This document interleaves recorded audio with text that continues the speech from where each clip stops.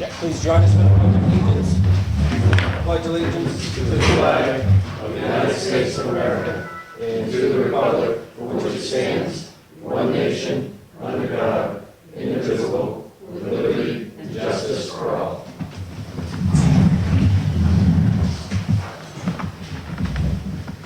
Thank you for coming to tonight's meeting. Sweatshirt on because it's a little chilly, yeah? And saving tax dollars.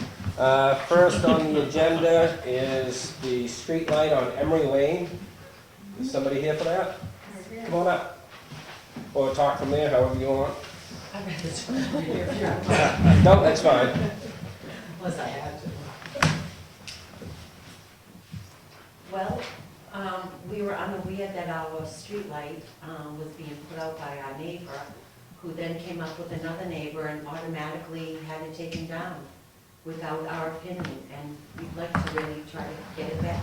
Yeah, how this has worked over the past couple of years, you may have seen this in the paper for other communities trying to save money in their budget, so they're looking at all the street lights. Some communities are changing or shutting off over 50% of their lighting. We had the police go around and look at some of them, and a couple of years ago we shut down, I think it was about 20% or so, 16-20%, that just were not considered a safety issue. When somebody had mentioned to have that turned off, I think we did turn it off and then have the police look at it for safety concerns. The police looked at it first for safety concern. They advised us if it was off, it was not a safety issue for us, for the community. So at that point, then we just had it shut off. Well, I'll tell you the reason why this man wants it off. He wants to be able to stay in his house he just buying to see the stars. Yeah. And that light bothers him. That's why he wants it off. Yeah. I've lived there over 40 years. I'm 82 years old. And I have to come and go there, and it's pitch dark there because the light is off in the wintertime. And when I came there see, I don't come down and get my mail every day because I live way up over a hill and it's high and it's icy and slippery. And I have to have a cane, I have rods in my spine, and one's moved and I have a hard time walking, so I have to drive down. Then I can't make the little hill, so I don't get my mail every day. So when I make appointments with the doctors, I do everything in one day. Go to the bank, go to the doctors, go for grocery shopping. I come to stop and pick up my mail. I come to pick up my mail, it's pitch dark, the light's out, and I get out and it's slippery, and that cane is no good in this icy and slippery. My mailbox is gone. I can't find my mailbox, the post is gone. This same guy took my box, put it down the other end, hid it behind Crafton's box there. He had his box there. He took your mailbox? My mailbox, right up. The Sounds like post federal wall. crime. He put his box there. There's another neighbor who isn't there. He's an ambassador for the United States, and he lives all over the country. He comes like 2 weeks a year. So his is gone. I don't know what he did with his. Anyways, I had to walk down the other end to find my box. It was stuck in the ground partway, wobbly. I had to hold on to it with a cane, it's pitch dark, to open it up to get my mail out of there. So I went and knocked at his door and he wouldn't answer. Finally he answered, because I wasn't about to read it. And he said that Kevin, the mailman, told him to move my box. I said, Kevin doesn't do that. I've known Kevin for years. If he has a problem, he'll leave me a message in the box, in my mailbox, if he wants to know anything or tell me anything. So I went up to the post office in the morning, talked to Kevin. He said, I didn't tell him to do that. So he said he came and asked me how high the mailboxes are supposed to be, and I gave him the height. I didn't tell him to move the box or anybody's box. So I went and told him. He said, I'll put the box, give me a couple of days. 7 days later, he didn't put the box back. So I asked him about the light. I said, we need the light on. I can't see, it's pitch dark there. I was told for me to go get my mail in the daytime when it's daylight. And who is he to tell me to get my mail when it's light out? It's not convenient. I have to go when I can do it. And with that light out, it is a safety hazard to me. And not only to me, she has a father that's my age. I live alone with my father who's 88, who has Alzheimer's. Well, at this time, as the town is looking at it, it's not a safety issue for the town, the community. The tax dollars cannot really be paying for a safety issue that's a personal safety issue. Well, what about What the about the other other lights? two There's 2 lights and nobody lives there. Right, Right, I we mean, will- why not Why those not? lights We can when take they're it- set shut them up? off. We continuously look at this every year. We'll have a list. A lot of them are non-functionable, and we're still paying for sometimes, and we work with PSNH to make sure the ones we're paying for are on, and the possibility, if there are some other ones out there, especially on the shop corner going down to Providence Lake, you'd want that somewhat lit at that intersection. But if it's not a public safety issue, then we've got to control the tax dollars, and the private sector would have to pay for their lighting for their areas. What about the other light that's the other way?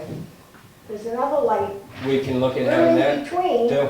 And we've had twice, my husband's been gone for 5 years. In that 5 years, I've had twice break-ins, trying to break in my house. And I had to replace the cellar door. They had chipped all the cement to try to jimmy the door. I put a new door in there, had a new A door. light isn't gonna make it. No, but I say it's dark, and they like dark places. They like light too. All the break-ins are happening during the day now too, but again, the problem is the light. I can't even feel comfortable to walk down my road now. I mean, a flashlight doesn't do the same as a light. You can put a light up. But the thing is this That man, doesn't take me to the corner. You mean a light in front of my house? I have a light in front of my house. The electric That doesn't company. take me down to the corner. If you this man contact, came walk on because the he road. wanted the lights out so he could see the stars. We put the light out for him to see his He stars. also- We put the light out Mistakes because on it was that determined property. not to be a public safety issue. And to But you save weren't on looking that. at that light till he came there. Exactly, and now we have 2 other lights to And look he at applied too. because he wanted it out. Yeah, yeah. He moved the boxes because he wanted it. I think you got some other issues up there besides the light. I know, we have Have an you issue. contacted the police about any of the shenanigans going up there? Because, you know, messing with mailboxes is a serious It's offense. a federal offense. Do you have any evidence that pictures or Definitely, anything? you know who had to make, Kevin made the stand and put the boxes there. Because he didn't put my box back. And Kevin said to me, I'll take care of your box. And he went and built the stand and put all the boxes in a row on this stand here. That's how come we got boxes now on the stand. I think maybe But the thing of tomorrow, it is why did you people shut it off? Because he said he wanted to see the Without everyone's stars. opinion. Which, nobody asked us, I mean, you know. as Mr. Paul had mentioned, we had the police go by and check out the different lights that we were thinking about turning off. And when the police determined that it wasn't a safety issue for the general public, we determined that it was safe to shut off that light. What I would suggest is, one, maybe contact the police department tomorrow to talk about your complaints about your neighbor moving your post, and 2, contact public service, because you could probably have your own light put on that pole and pay for it monthly. They would meter it to you, and that would help resolve your safety issue with the light. But he shot the light out with a gun, didn't he?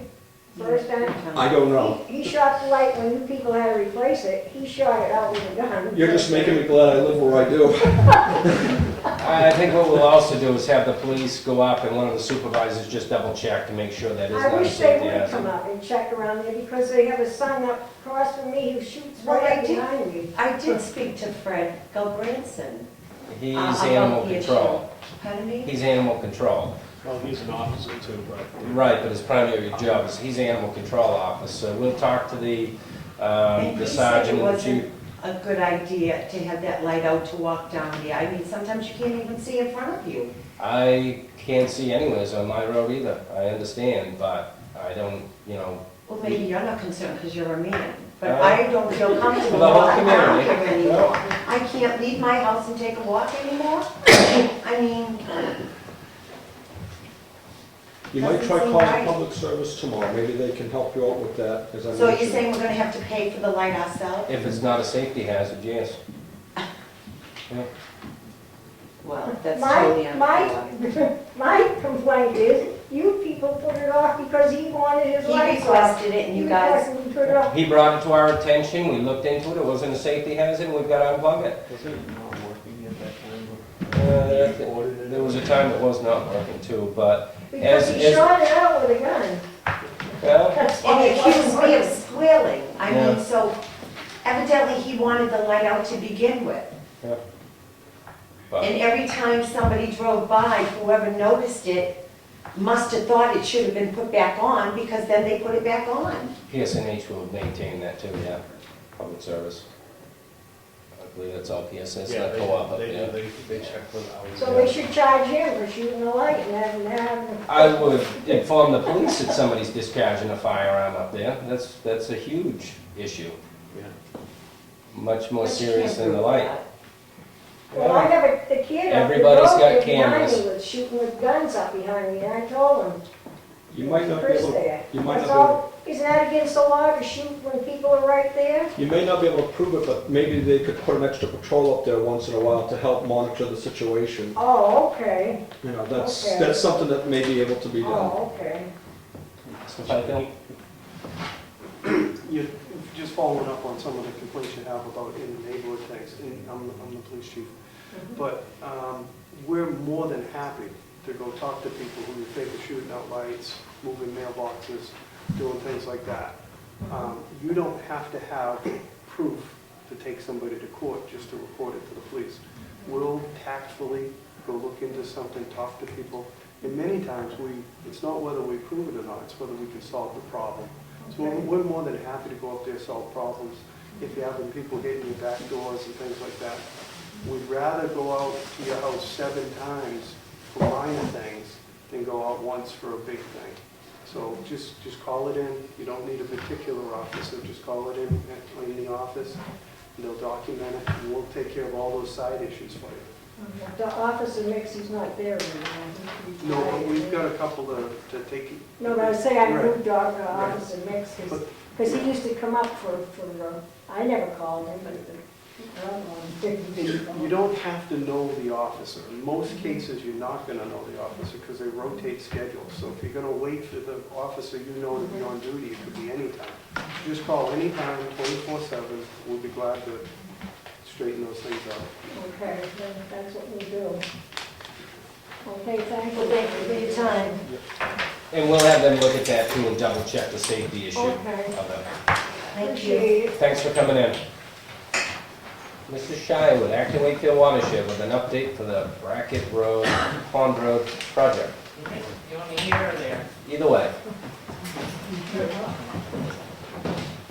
The grant agreement was finalized with DES, so before I send it off to Governor and Council, I just wanted to come back one more time and make sure we're all on the same page. So I drafted a memorandum of agreement, which I guess you just saw.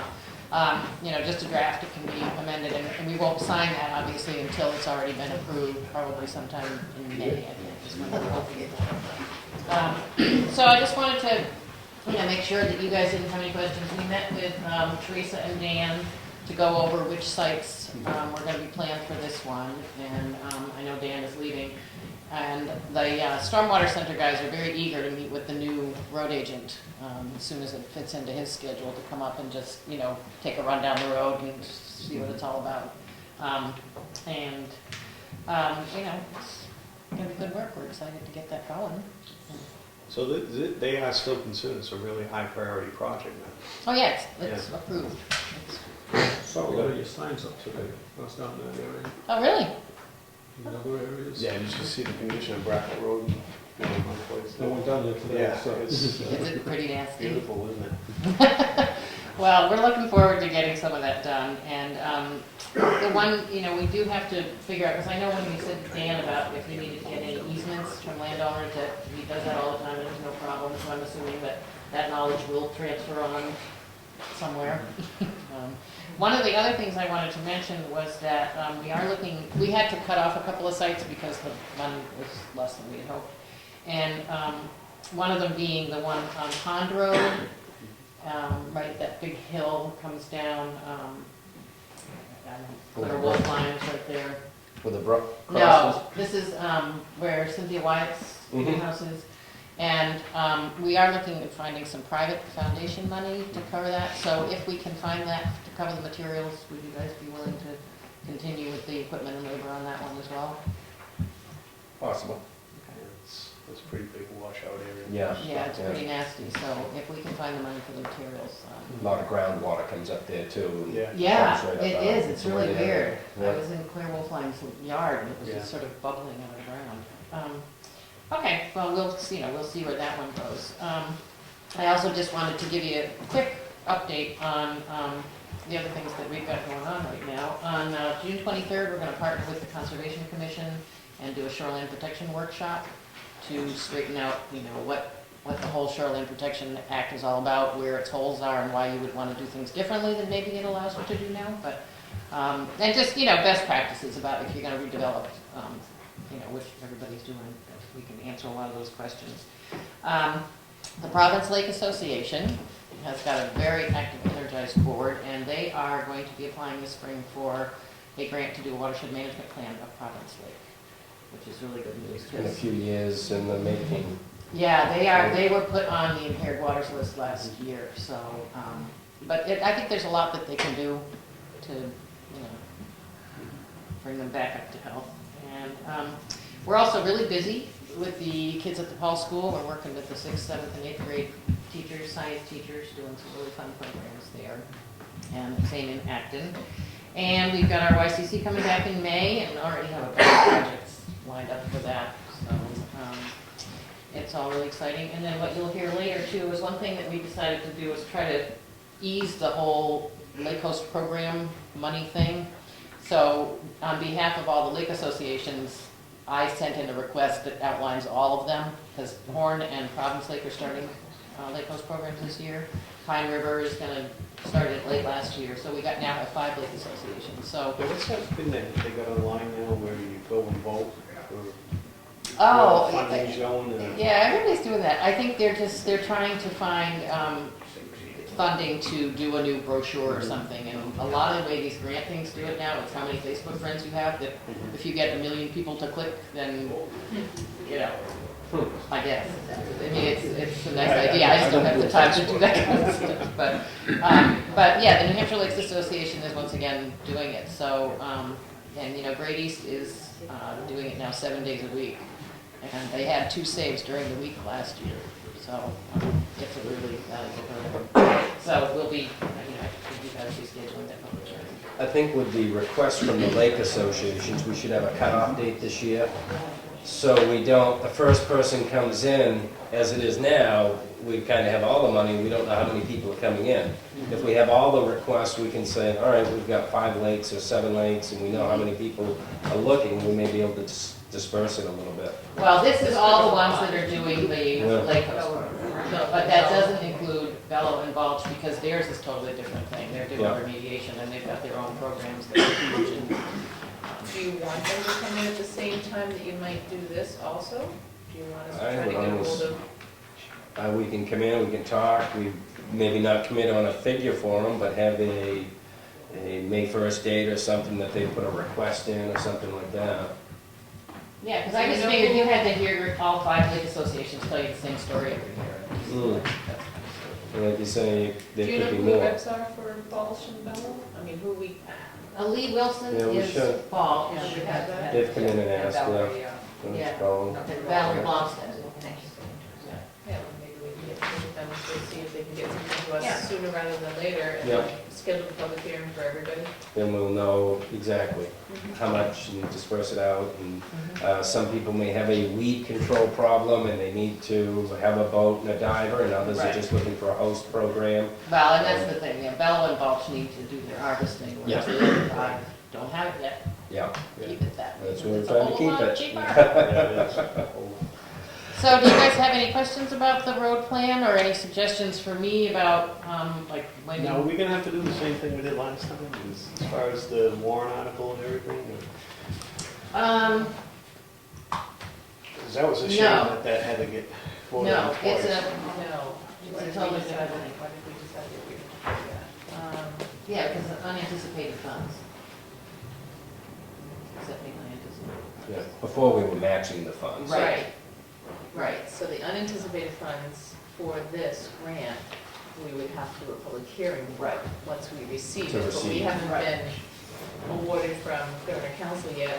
Right. For that, so once we get that, we'll have to schedule a public hearing before we can actually accept the funds. The last time was a 50-50 match, Yeah. and we had to appropriate it. Yeah, Now this we're time you're just receiving it. matching it with labor and equipment. Yep. It's already in your budget. And a whole lot of education. Yes, exactly. Yeah, it's gonna be a great, tool for going out and giving tours for, for all the private roads that are doing their own stuff, to be able to have these in place to show them this is what we can do. It's really great. Okay, and Mark, it's been a pleasure. Yeah, really. Happy Thanks. retirement. Work, yeah. Thank you. All right, thank you. Thanks for coming in. Chief Fifield is up with his emergency operation plan grant question.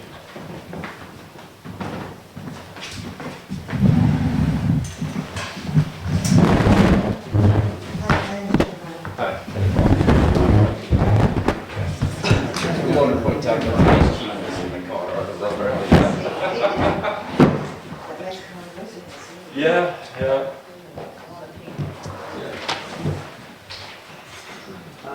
Well, basically, what we have is a grant for $4,950, which is a matching grant.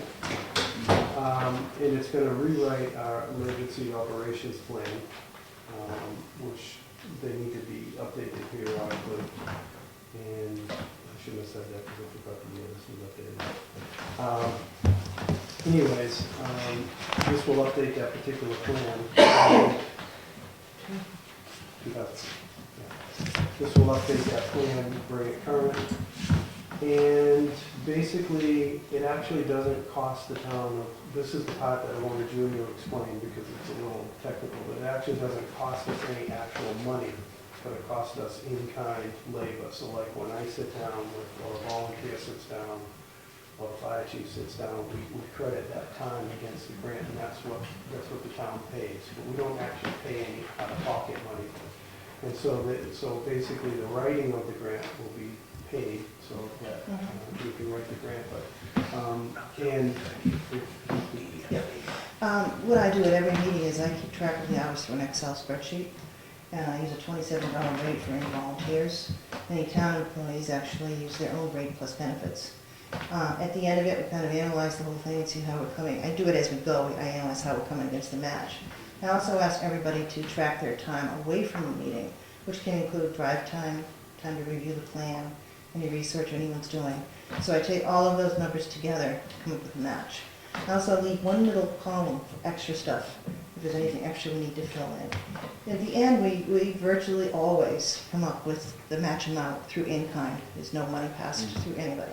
I just did one for Jackson not too long ago, and his was a $7,000 match, and we met that. And so I don't think there'd be much of a problem meeting that in this town. And there's ways to make it meet too, so.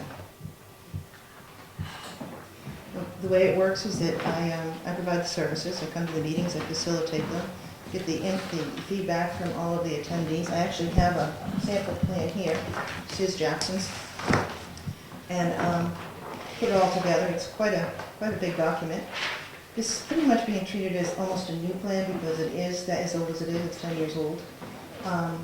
We go through the emergency support functions and hazards and do a complete analysis of who's going to do what and when an emergency does occur. I also do hazard mitigation plans, so this is the second step in that emergency preparedness process, or hazard mitigation plans, what you'll do to prevent the hazard. This is what you do when it happens. There's quite a bit of time that's spent on it. I'm estimating probably 6 2-hour meetings altogether. And, depending on what kind of a team we put together, it goes really very smoothly. Now, the way payment works for me is that I invoice you, you invoice Homeland Security, they pay you, you pay me. So nothing ever has to come out of the town's budget. Does this include the school? Well, the emergency support functions, if they're assigned to the school, it would, yes. Go to page, the beginning of the, I wish I could sample a brochure for you too. This is where we assign the emergency support functions. And I know in Jackson, we did use the school. And then as you go through it, each of the emergency support functions, you say what that person who's been assigned or that department is expected to do at the time of emergency. So it can include the school, yes. And it depends on the emergency too. Mhm.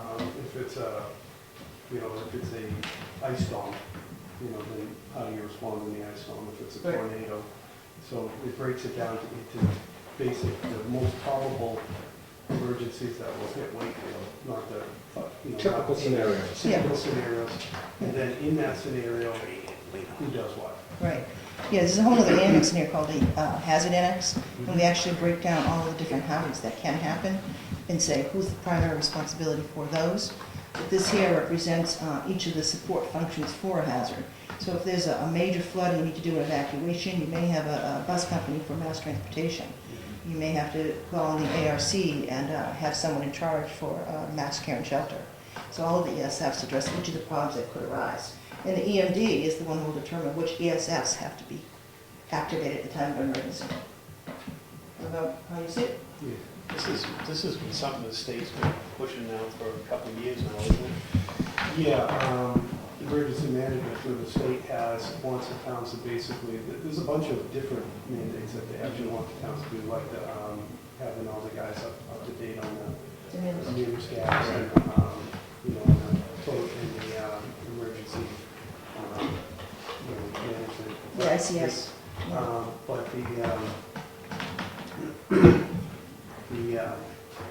we've had a plan. So it's not that we don't have it, we have it, but it's so far out, which is going to be renewed.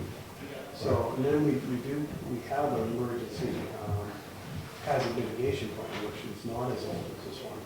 But then as that goes through the cycle, that will be updated. This one seems like it'd be like more of a community thing where people know that when certain disasters happen, that it's just like a chain of events. Right, this is what you do at the time of Right. emergency, whereas the hazard plan is what strategies can you come up with to prevent or lessen the impact of the hazard. So this is the second phase. The third phase is actually doing drills and tabletops to actually exercise the plan. Be like in New Orleans where they had the bus drivers, and they were the first people to run, so you had empty buses. Are you a private contractor or employee? I'm a private contractor. With insurance, we'll have that. Yes, I do have liability.